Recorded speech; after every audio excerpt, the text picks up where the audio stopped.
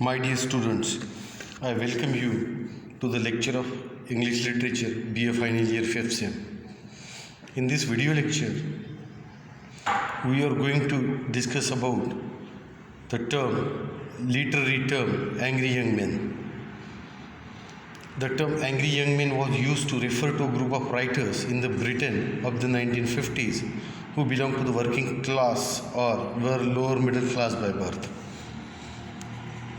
हे जे पद आहे अँग्री यंग मॅन म्हणजे रागावलेली तरुण मनुष्य, हे अशासाठी वापरण्यात आलं की एक लेखकांचा ग्रुप होता ब्रिटनमध्ये 1950च्या दशकात, जे वर्किंग क्लासमधून होते, म्हणजे कामगार वर्गातून होते किंवा कनिष्ठ मध्यमवर्गीयातून होते जन्माने, म्हणजे त्यांचा जन्म कनिष्ठ मध्यमवर्गीयात झाला होता, म्हणजे ऑलमोस्ट गरिबीत झाला होता. हेच अँग्री यंगमॅनचं प्रतिनिधित्व तुम्हाला पाहायला मिळेल आपले महान अभिनेते अमिताभ बच्चन यांच्या चित्रपटामध्ये सुद्धा, कारण ते लोअर वर्किंग क्लास वर्गाचं प्रतिनिधित्व करायचे चित्रपटातील भूमिकेत त्या काळात. Their writings expressed their contempt for post war Britain.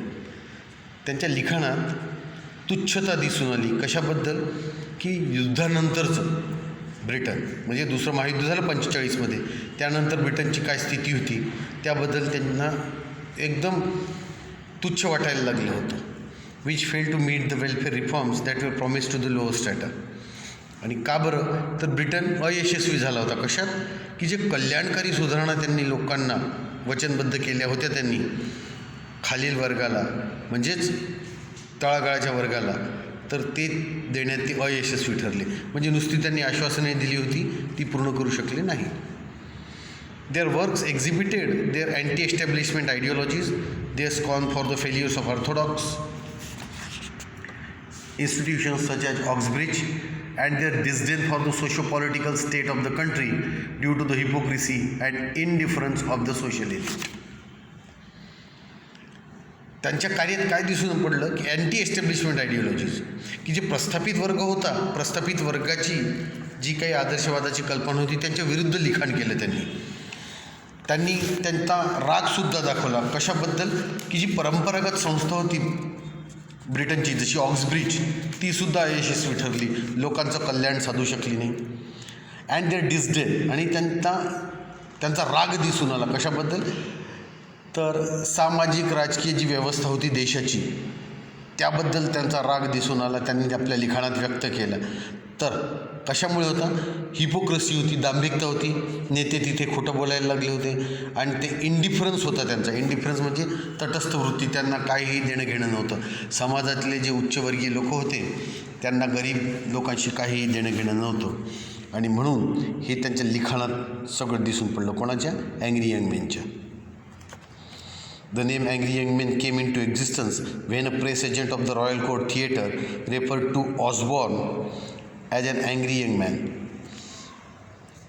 हे अँग्री यंग मॅन नाव अस्तित्वात कसं आलं? तर एक प्रेस एजंट होते, म्हणजे वार्ताहर होते ते रॉयल कोर्ट थिएटरचे. त्यांनी ऑसबॉर्नचा उल्लेख, जॉन ऑसबॉर्न महान लेखक होते, त्यांचा उल्लेख अँग्री यंग मॅन म्हणून केला. कारण ऑसबॉर्नच्या लिखाणात सुद्धा प्रस्थापित वर्गाविरुद्ध चीड होती, श्रीमंत वर्गाविरुद्ध चीड होती. The phrase is thought to be derived from Leslie Allen Paul's autobiography Angry Young Man 1951. आणि ही फ्रेज कशातून घेण्यात आली आहे? तर लेस्ली ॲलन पॉलनी एक आत्मचरित्र लिहिलं होतं अँग्री यंग मॅन 1951मध्ये, त्यातून घेण्यात आली आहे. The writers classified as angry young men were known to be fiercely critical about class distinctions, disliked anything that was considered elite, and expressed pride in what was considered lower class mannerisms. तर हे जे लेखक होते यांनी angry young मॅनला असं classify केलं, त्यांना अशा वर्गात टाकण्यात आलं की हे अतिशय टीका करायचे, प्रचंड टीका करायचे. कशाबद्दल? जे वर्गातला भेद आहे, जो उच्च मध्यमवर्गीय, मध्यमवर्गीय, कनिष्ठवर्गीय, आणि त्यांना अशा प्रत्येक गोष्टीचा राग यायचा ज्या गोष्टीला एलिट समजलं जायचं. एलिट म्हणजे खूप मोठं, महाजन, प्रतिष्ठित समजलं जायचं, आणि ते आपला अभिमान दर्शवायचे. कशात? की लोअर क्लास मॅनरिझम म्हणजे कनिष्ठ मध्यमवर्गीयात जी काही वागणुकीची प्रथा आहे त्याबद्दल त्यांना आदर वाटायचा, कारण ते त्याच वर्गातून होते ना, म्हणून त्यांना त्यांच्या वर्गाबद्दल आदर वाटायचा आणि वरच्या वर्गाबद्दल त्यांची चीड होती, खूप टीका करायचे ते. The characters in the verse of these writers were radicals who were dissatisfied with their world. तर या लेखकांच्या म्हणजे अँग्री यंग मॅन जे लेखक होते या ग्रुपमधले, त्यांच्या पात्रात, त्यांच्या साहित्यकृतीत असं दिसून यायचं की ते रॅडिकल्स दाखवले. रॅडिकल्स म्हणजे मूलतत्ववादी दाखवले आणि ते नेहमी असमाधानी असायचे त्यांच्या जगाबद्दल.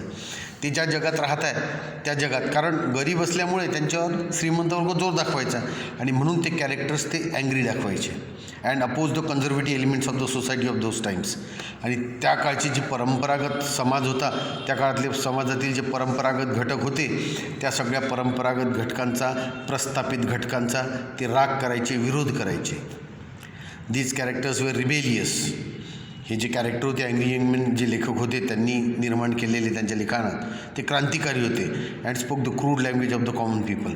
आणि ते सामान्य माणसाची एकदम रफ लँग्वेज, क्रूड लँग्वेज वापरायचे, म्हणजे बोलीभाषा डायरेक्ट.